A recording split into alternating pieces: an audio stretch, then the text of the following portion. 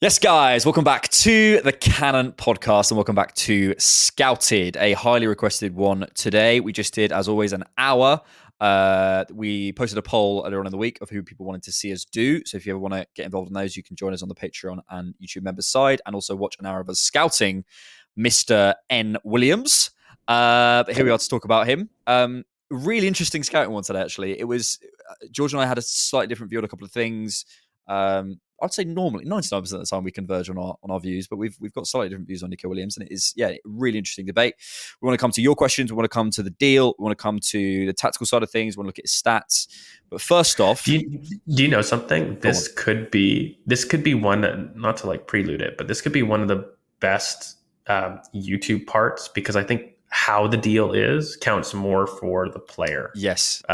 Yeah. And there's more debate about the deal than the player, let's say, I think or we the should leave a lot of space there because I don't think either of us are in doubt of how good this player could potentially be, but I'm sure there are a few people, George, as the saying goes, that might not have heard of him. So Nico Williams, brother of Iñaki Williams, who also plays for Athletic Bilbao. He's played on both. I think one of the exciting parts of him is he's played on both the right and the left. He started playing on the left, I think, just last season for Spain, but he played on the right before that. He's right-footed. His contract expires, or is he? His contract expires in 2027, and he supposedly, according to Fabrizio Romano, has a release clause of 58 million euros, which is really, really, really exciting. But we'll come to that a little bit later. So, George, if someone hasn't watched Nico Williams before, I love using sort of references as players or players that we can sort of say he's like. But yeah, overall, is there a player he's like, and is there, what would you say sort of his best qualities are? Let's start there. Yeah, I think his best qualities is that he's a combination of both a really creative profile from a winger as well as somebody who's super athletic. I mean, for me, my favorite is using a creative Kingsley Coman. I think he's got a brilliant ability to recognize space.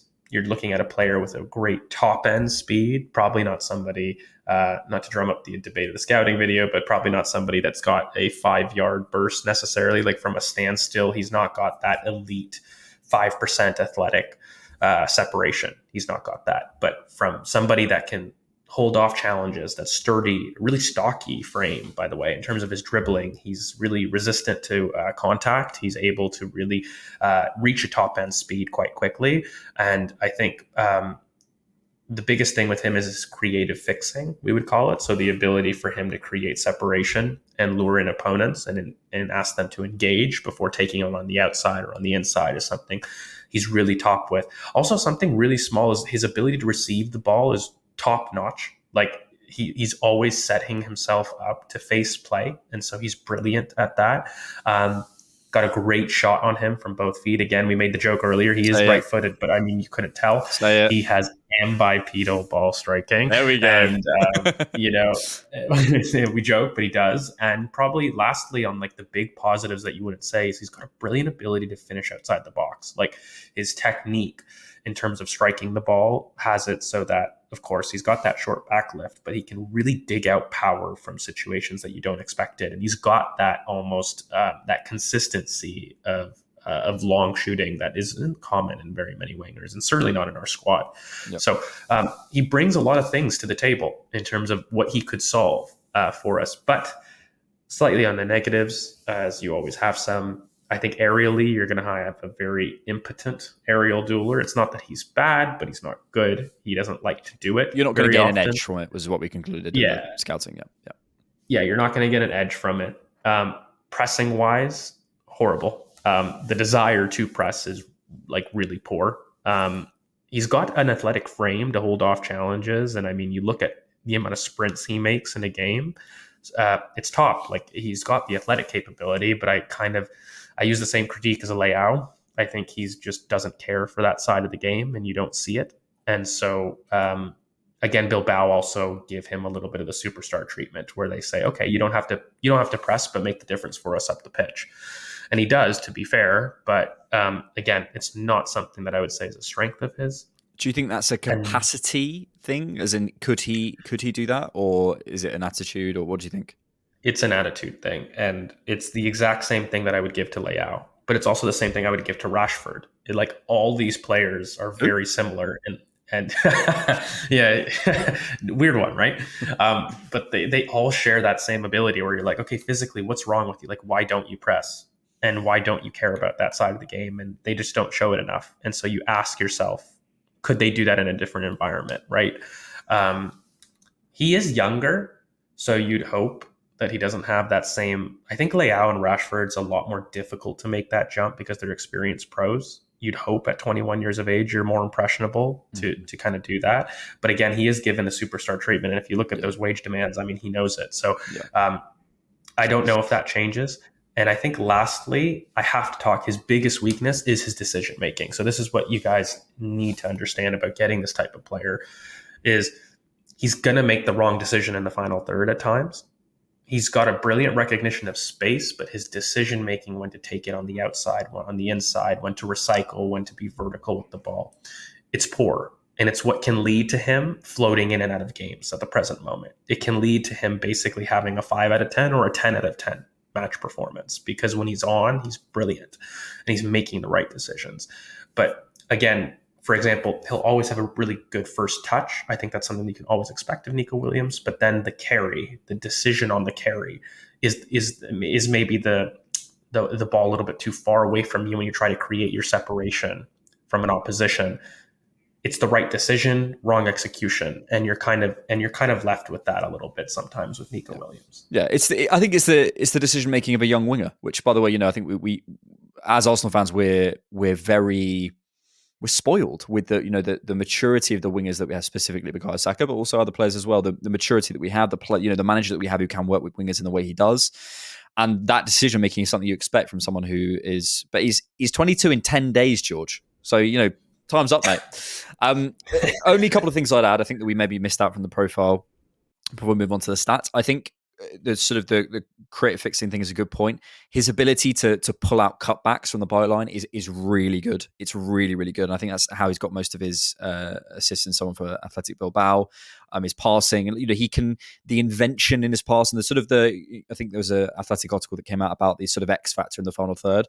I don't think he gives you that in terms of scoring 30 goals a season, but what I think he gives you is he'll play the pass that, when we're all sat there trying to break down a low block and we're going, just play that extra pass, play that final ball there. Yeah, he'll be incisive. He can do that, and he's quite incisive, and he has the sort of the personality to play, which I really, really like. I think we need this summer. We should talk his pace, which we discussed in the scouting video, and you can go check that out. I think what it is, the problem is with this, so full transparency, I've watched the Y Scout stuff, which we prep this. I watch all the Y Scout stuff before it comes out and we record it. I've probably seen 2 full 90s of him at Athletic Bilbao. I've obviously watched his games in Spain. Am I the world expert on Nico Williams? No. And I don't know many people that are.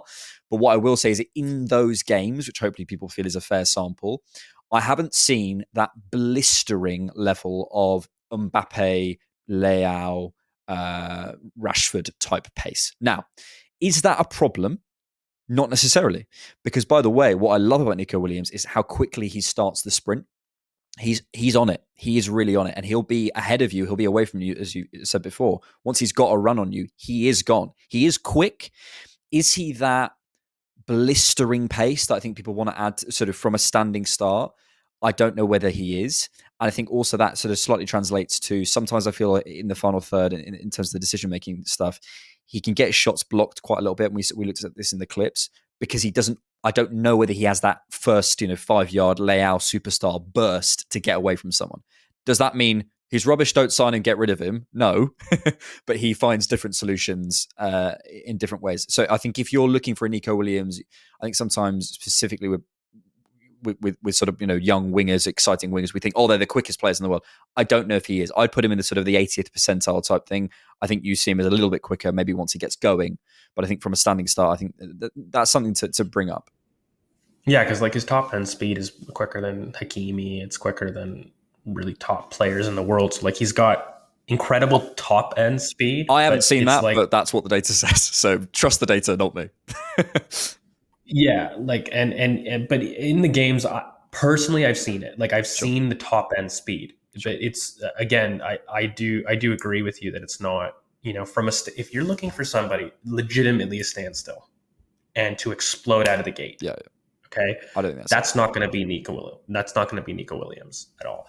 But again, for me, off the run, living off the shoulder of a defender, like playing him in, he's got a really good understanding of space and a really good physical edge there. Like he's got a motor. Again, I've used the comparison that it looks like he's running downhill. He has that Grealish bit about him where it's a very sturdy dribble, it's a strong carry, and it continues, like it accelerates and it continues to to increase as he keeps running more. But yeah, I guess as we pull up the tactical board, we're not changing the order of scouted. This is heritage. We're doing stats first. I got excited. This guy's trying to ruin my order. Look at him. Disgraceful. So yeah, let's just have a look at the stats quickly before we go to the stats. Just because I want to spend more time on the tactics board. That's just to explain the joke. So I think his best ever season for Bilbao was 6 goals. If we're looking for a goal machine, again, we should come to this in the deal, but what problem we're trying to fix at Arsenal, I don't know whether it is the goals thing. I was chatting to someone yesterday who sort of said we need more goals. We just got our 2nd season in a row of our record ever goals tally in the Premier League. We need moments. I don't know whether that is what we need. So don't worry too much about the goals. I'd look at something like this, and that's really exciting. And also the sort of the expected assists and so on, I think is really exciting. Progressive carries, that's what we expect from our wingers. In terms of we're looking at Martinelli and Saka. Yeah, the goal output stuff isn't absolutely crazy. I think you're looking at a player who, again, what you were talking about as an outlet for Bilbao. He's the younger brother of Iñaki. I'm really reading into this probably too much, but I think he's come through as the kind of the superstar younger brother of one of the longest serving players there. And I think he's kind of been given that treatment a little bit. Again, the expected assists I'd have a look at as well. I think this is much more the sort of the creative fixing that George was talking about earlier. And the crosses, because we sort of spoke about the crosses a little bit earlier. He has got a really, really nice pick out. And he is someone who will do that. Again, is that something we want at Arsenal? That's a question. Crossing numbers looking good. And then, the sort of shot creating actions and the goal creating actions is where Nico Williams, I think, comes alive. I think this is excuse me, where what we're excited about, I suppose, is these types of numbers. Well, yeah, and that comes from his ability to really be a strong creative fixing presence, in the final third. I think what you're looking at right now, you're looking at somebody that hasn't hit the goal output, but it's coming. It's coming very, very quick. You saw it for the Euros, and his ability to, hit long balls really brilliantly, but also off, the crossbar in the Euros was brilliant. But you see his ability to become a goal output machine. The only thing is, again, he takes shots pretty wildly, and I think you even saw it in the shot per XG that was earlier in this FB ref. Like, it's pretty poor. It's because he just shoots from anywhere, and his take-ons are brilliant. Like, he's a dribbler. He loves to dribble, and his carries are very, passes, very strong. Aggression, it's somebody. Yeah, it's somebody that really pushes the envelope in that sense. But again, I don't know if they've got any tackle numbers, but I mean, I don't think he's got a very great tackles 0.48, and then also probably wouldn't need to look at touch tackles in. But he wins all those penalties, by the way, because he's such a brilliant dribbler. Like he's really, really tricky. So I mean, he will entice you and entice you to foul him. So this is the kind of the pressing numbers that George was alluding to earlier. We can go to the tactics board now. Okay. Christ, this man trying to ruin what the heritage. Go for it. So what are we looking at here? What we trying to sort of solve here? So for the most part, like I always like to put our strongest lineup and see how the people that we talk about fare in that. So we've got our typical kind of 3-2-5 structure. Yes. Declan Rice is crap. That's why I've put him outside the block here. Yeah. So this is just normally our strongest lineup. I mean, Nico Williams would come in to replace kind of Gabriel Martinelli, ultimately. They can play together if you want. I think a Kai Havertz who likes to drop in deep to allow kind of a Nico Williams to run off the ball as well as Bukayo Saka out here, it's what you're going to be looking for. I don't think he's somebody that does his best work in here. And so if you're going to ask him to be the touchline winger, and even Rice who likes to carry, Nico Williams is happy to be that chalk on the boots kind of guy. he's not somebody that will be ineffective, especially in our system currently that has a very low touch. I think Nico Williams won't mind it. I mean, he obviously loves to dribble, but he's not somebody that requires many touches to get involved to do a game. He is a moments player, and he is somebody that when he cuts into this area from maybe, so let's make like a Rice underlapping run in this sense, and you can have Timber protecting the space. But when Nico Williams get in these situations, he Shots. is able to dig out a brilliant shot. Yeah, so he's got a different level of threat And, there, and, and and sorry to on the interrupt, just byline. very, very quickly. I think that we haven't necessarily mentioned the fact that he is so both sided. I think is massive. It possibly solves the Saka backup issue. Not possibly, he does for sure. I mean, if Saka was to take a break, and you even were to have kind of a Put him at left back. Exactly. God, I hate technology, guys. We know. If you were to have something like this is something that he has no problem doing. I mean, I think he's got more professional appearances at right wing than he does at left wing because he's recently made the switch. I think he's more potent off the left wing personally because I think he's a little bit more direct that side. But I mean, he's very, very creative, and his ability to kind of again create from the byline, like you were saying, is really brilliant. I think what's actually probably a really good point to make is, say Gabriel Martinelli or Trossard was out, and sorry, not Saka left wing. We're not in England. When with Nico Williams, I think did you see the tactic board that kind of talked about our ability to create threat in the penalty box, and there was a very clear instance of Arsenal lacking. I did, and I'll put that on the screen because it's really interesting. Yeah. Okay, awesome. Because as we're talking about this, like Nico Williams' ability to create on the byline and enter the box through here and create dangerous situations is incredible. Like it's very, very good. And I think because he's so two-footed in a sense, he doesn't have that Gabriel Martinelli thing about he's always going to cut inside. Like Gabriel Martinelli will go on the outside, but then he chops to get it onto his stronger foot. And it's not the same comfortability. I think Nico Williams doesn't mind making that run and having cutbacks. Look, the one thing that I think he maybe struggles with is say that we were to make a slightly more attacking lineup, and instead of Partey, I'm going to have my boy in here, of course. We can have Declan Rice in the anchor. This agenda. or you know what? Here, I'll do this to make everybody happy. / Vieira. So who would you take your? I'm not pick, sure I'll make everyone happy. But say we were to kind of change to be a little bit more attacking, right? And we had a little bit more of a creative presence, and Declan was kind of anchoring in a sense. If you've got somebody that's on the carry with Nico Williams, I think what the brilliant part of it is if he was to come on the inside and either of these two were to operate on the outside with a Vieira, I think that him receiving in these zones, he doesn't have that ability to really hold off contact as well as I would like, but he's got a really good idea about recognizing space in tight areas, and I think he's got a really good threat in these areas. It's just his decision-making at times can be poor. So you're not always going to get, you're going to see him mess up 3 actions, but he'll keep trying. The bravery, the intent to keep doing it. And he will get a moment. He will force himself to have a moment in the game. But again, you will see him frustrate for a lot of your play.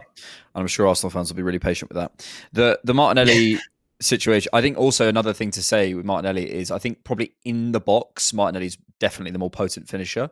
But I think I want to stress again, outside the box, that threat, that the spaces you were putting Williams in, that shot from outside the box could be a real game changer for us, I think.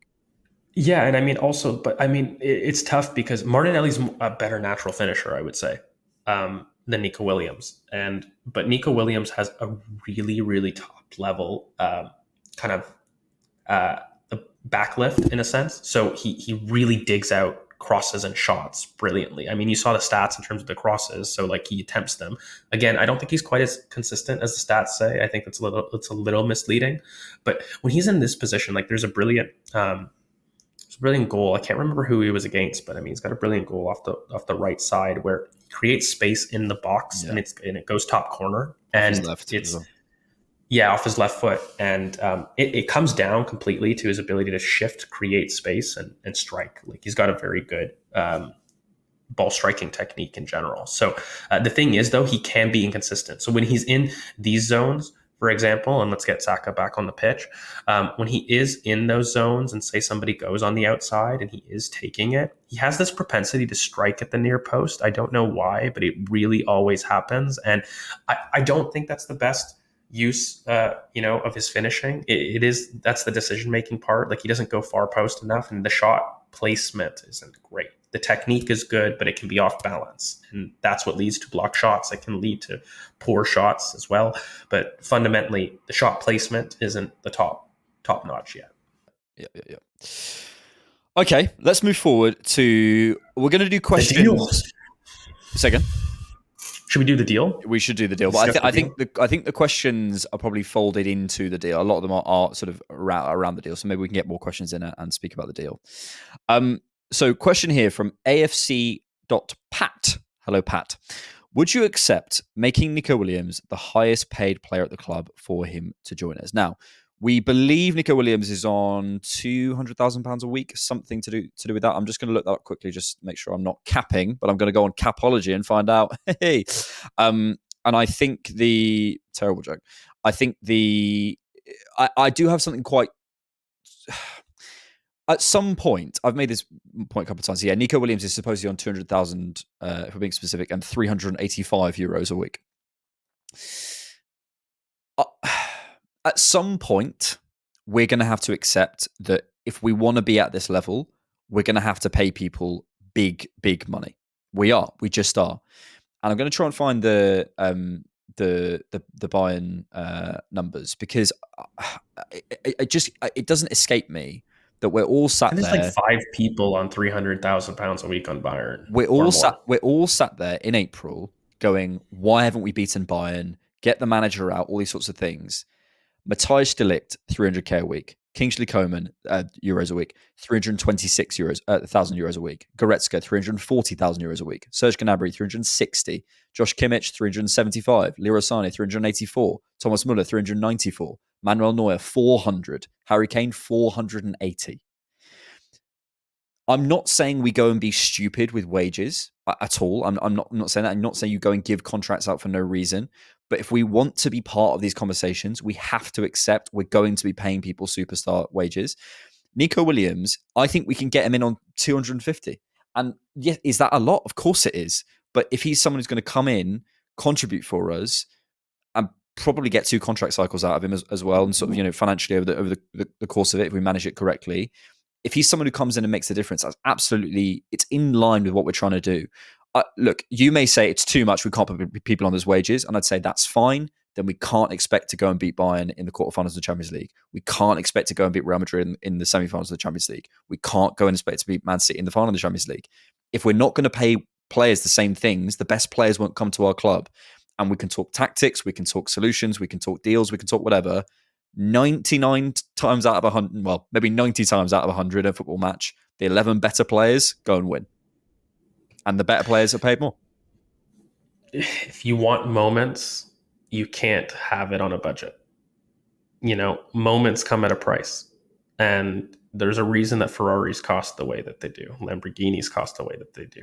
Maseratis, Aston Martins, pick your best car brand. You're not buying a Volvo expecting it to turn out at F1 and winning. Nothing wrong with a Volvo. Please sponsor us.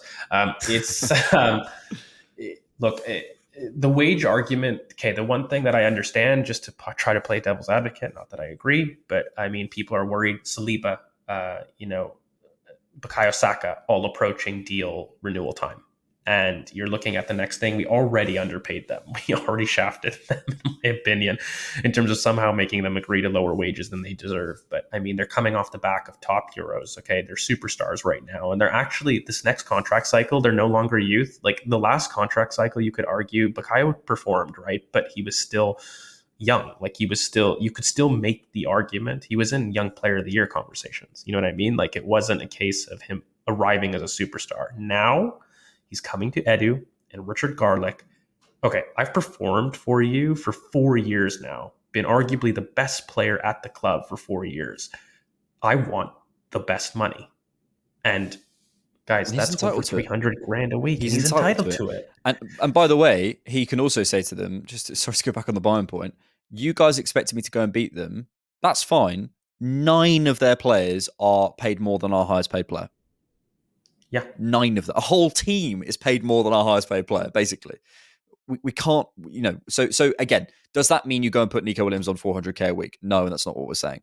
But we're going to have to accept that these conversations are going to happen. I think what it is, and just from an Arsenal fan perspective, I do feel we're probably burned by the Ozil situation. We're probably burned by the Aubameyang situation. I completely get it. But, we've got to get back on the saddle. But the part of the problem is you're not talking about overaging stars. You're talking about stars that have 2 contract cycles, whether it's Bukayo Saka, Nico Williams, whatever you want to call it, and whether, by the way, it's 200,000 pounds a week. Let's just put it this way: Nico Williams will be a better use of 250,000 pounds a week. Go crazy than 265,000 pound a week Gabriel Jesus. Hate to be mean in terms of the value of funds. So I'm with people. We can move funds and not get crazy, but at some point, there's going to be a difference maker. And by the way, Nico Williams in 2 years, he's going to be worth that wages, but also 3 times the transfer fee, or double the transfer fee. Yeah. So yeah. Yeah. Just one more question, then we should maybe just speak specifically about sort of how he fits in the profiles and stuff. Ryan, who is at RDH4499, says, with him and Martinelli being pretty similar profiles, how would we best utilize them both? I don't agree they're similar profiles per se. I mean, okay, they're both left wingers, or have played on the left, but or Martinelli might be a right winger now. But yeah, I think let's start with on the deal side of things. What does this mean for Martinelli? What do we feel this might mean for Martinelli? It means that he's not guaranteed to start, and I think that fundamentally you could argue, does it offer opportunities for him to maybe be developed as a center forward? Change in different positions, absolutely. But you're recruiting a winger presence, and ultimately somebody's going to lose out, especially when you're buying this kind of quality, and somebody has to start, and that's not a bad decision for me. Like when you've got a rotating blend right now, part of the biggest issue for me is that Man City have all the wingers that they've got, including Grealish and Doku, and they're bringing in Savio.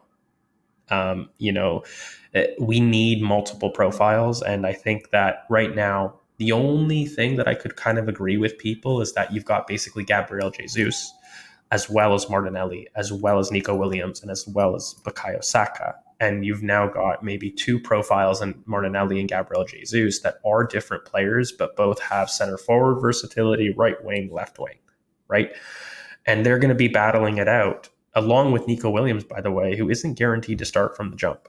And Nico Williams is somebody that, doesn't have the same pressing ferocity as Martinelli or Gabriel Jesus. So, I mean, there's going to be games for both. The one thing I do worry on is if you were to make this, I do think Gabriel Martinelli would need to be transitioned into being a full-time center forward.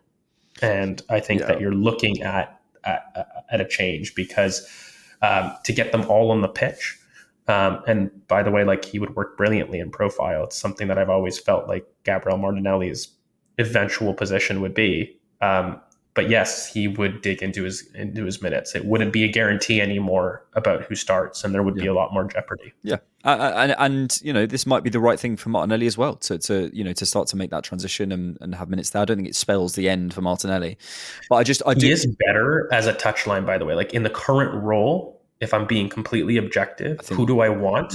Nico Williams is the best option of all the ones that we said in the current left wing role, which, by the way, isn't maximized. But I agree. I agree. And we're not going to go near that conversation, but I think Nico Williams could go some way to fixing the left-hand side issues as well. I think I just think with Martinelli, I love him. I absolutely love him. We've spoken about this before, right? I love him so much. But in my heart of hearts, can I be absolutely honest? If I was to draw up the list of the 10 best wingers in the world, he's not in my top 5. He's probably not in my top 10. He's definitely my top 20, but top 15 maybe at a push. And at that point, that doesn't mean you go, okay, sell him then. It doesn't mean that. I think he's going to get further up the list. Absolutely, I believe in that talent. But is he the best we can get right now? Is Nico Williams the best we can get right now? I don't know. But in terms of Do we go and sign a superstar left winger? Let's say that's a Rafael, whoever you want it to be. Then that's a different conversation. But as we come to the deal now, we should talk about that. My frustrations, just to get on the deal really quickly, is his biggest issues are moments where he's capable of them, but his decision making is wrong. And what do Arsenal need right now? Again, yes. I don't doubt that Nico Williams with coaching and his ability and the trajectory, like, will Nico Williams be one of the best wingers in the world? Yes. Would Benjamin Sesko have been and will he be one of the best center forwards in the world? Yes. Like, the trajectory is there. There's no questions on that. But in the next 2 years, what do Arsenal need right now? And I have to be honest, even at the brilliant price that he is, great, but you're not solving the biggest issues in the forward line right now. Yes, you've got pace. Yes, there's things that he adds differently. And yes, as I said, he's probably the best profile for the current left wing role that we do. We will get more out of him by having him here, okay? But is he solving the transitional inevitability? Is he really solving the mid-block problem? Is he solving the efficiency in the final third that Arsenal struggle with? We don't struggle with getting the ball in the box. We don't struggle with Arsenal scoring goals even. You can't make that argument based on last year. But what you can do is the efficiency and the moments about when we do need those goals and showing up. And currently, he's not the goal explosion. I think it's coming. I think it's coming from a coaching perspective. But that's not who he is now. So if you're asking me, George, what do we need to do? Look, Nico Williams only makes sense for me when paired with a marquee center forward, or we agree that we're going huge in midfield and we need to go budget in the front line. And therefore, we need to add a profile. And if you're asking me who's one of the best prospects, because, George, you're being forced to buy a prospect, then yeah, Nico Williams would be at the top of my list in terms of being the best winger prospect on the market. But again, I just have to say, I don't think that we can afford to be budget or prospect in this area of the pitch at this point in our project. I completely agree. I think we have to we have to go and do something marquee in the forward areas. It's been my opinion all summer. I think, okay, second choice, fine. If we go do it in the midfield, then fine. But I think I would prefer to do it in the forward areas, as I've said all summer. I think, yeah, I was about to say what you're about to say. You just said it's. If Nico Williams, if we do this, guys, if we go Eddie, Reece, and even Jesus, maybe one of Jesus and Leandro Trossard leave, you kind of, I didn't say that, guys. Let's just say Eddie and Reece leave, and we go and sign Nico Williams and Victor Osimhen. That Nico Williams signing is like the cherry on the cherry on the icing on the icing on the cake. That is unbelievable. That is an unbelievable way of raising the floor, reducing the stress on Saka and Martinelli, probably freeing them up, by the way, to allow them to go into more better positions. Which, by the way, is my ideal. Like, if you say, George, you get free reign, I would be doing this. Yeah. Like, and this is what I said with Leao and Šeško. You then have the marquee in a different place, but that would be a sort of a fair thing. I just don't feel Nico Williams in isolation, as brilliant as he is, as you brilliantly said, solves the main issues in Arsenal's front line. So I think Nico Williams is like I don't know how you feel, but for me, to conclude, it's a yes, obviously, to the talent. But when we're looking at the team, that doesn't solve our main problems in the forward areas. So if it's just him and then, we go and sign Velez or something and that's it, no, like that's not good enough. And I think you talk about this often. I think it's absolutely bang on. What are we trying to do? Are we trying to beat Pep in 3 years' time? Are we trying to wait till he leaves the league, or are we trying to beat him next year? And if we're trying to beat Pep next year, does Nico Williams completely convince me that we're going to go and do that, or at least give us the chance to go and definitely do that? I don't think so. Honestly. I'll just end on this, where for me it's a prospect debate, and I think Nico Williams is a 10 out of 10 prospect talent. I can't talk more positively about how much I like the player, what he could be, and again, what he is for us. It's very rare to find a winger so comfortable both sides. It really is. Yep. And, it's really rare to find a player that, again, has that that spark in terms of striking the ball off both feet, your top end speed. Like, he solves a lot of traits. If this was a trait argument, what does Arsenal miss? Searing pace in the front line, ball strength. You're sitting there and you're saying, wow, Nico Williams, check. But the biggest thing for me hasn't been traits. It's actually been what we've seen in quotes, X factor. And he's got an X factor. Is it consistent? No. And do we have time to wait for that to grow? I think Arsenal in 2021 would. And I think Arsenal in 2022 even would love him. But Arsenal of 2024 and Arsenal of 2025, what are they looking for? I think they're looking for something different in the forward areas. There you go. So we hate Nico Williams. We think he's a dud. He's terrible. Just a horrible guy as well. Just horrible. No, it's just one of those things. It's just, I think you've explained it really well. Check out the scouting we did. You can check it out for free from the link in the description for a 7-day free trial on Patreon, or you can also find it for YouTube members. We've done loads of other scouting stuff, which you can find on there. We've done We've done Bruno Guimaraes, we've done Yusuf Fofana, we've done Benjamin Šeško, we've done Victor Osimhen, and Diamande. Thank you guys so much for being here. Really appreciate it. Make sure you like and subscribe. Check out the main podcast we put out on Monday, and we'll see you all for another episode of Scouted very soon. Thanks for watching, and thanks for keeping it Arsenal. Peace.